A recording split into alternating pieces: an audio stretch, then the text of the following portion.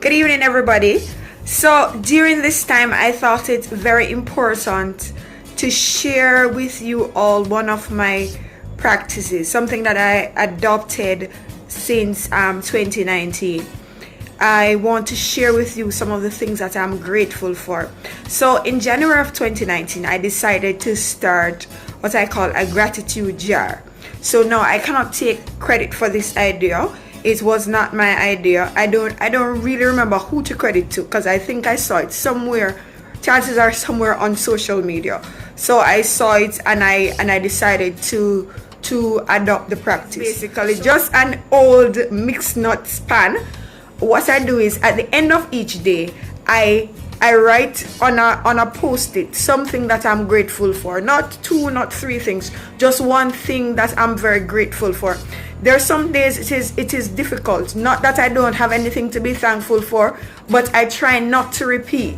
So yes, we're grateful for waking up in the morning. We're grateful for health and strength. But to be specific and to think of different things to write every day can be very challenging. So what I'm going to do now, I'm just going to open up the jar and to just share some of the things that I've written so far. Well, if it's a little bit personal, I'm going to put it back in and I'm going to find something else. All right, so let me just look, see what I'm grateful for.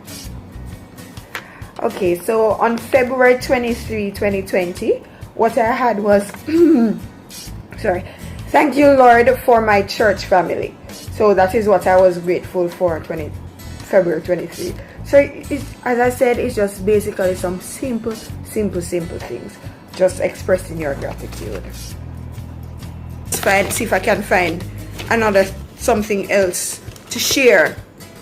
March 19, what I was grateful for. Thank you, Lord, for internet access.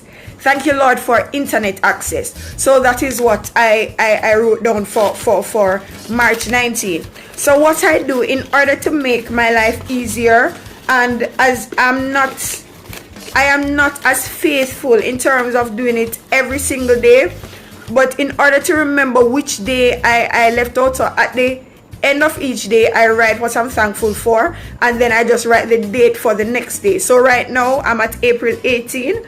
I think today is the 19th, so I need to write for yesterday and today, right? And this keeps me I'm reminded what next to write.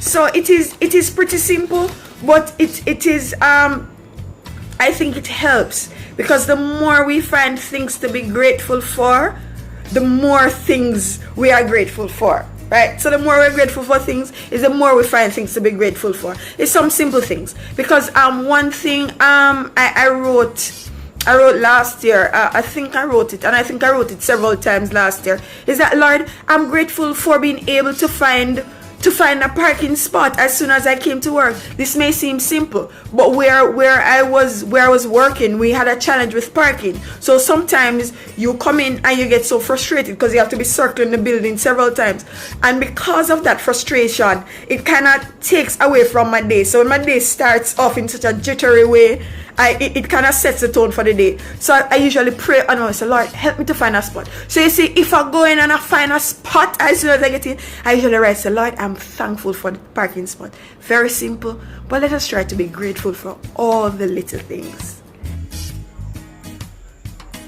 So you may not be able to see it that well, but for me, this is one of my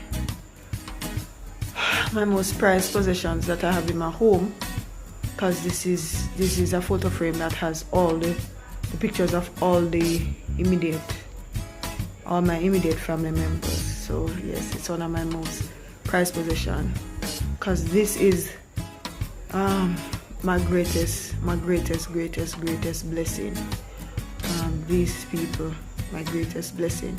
So this is one of the things that I'm most grateful for. Blessings. You are allowed to adopt this. I don't think there's a copyright to it.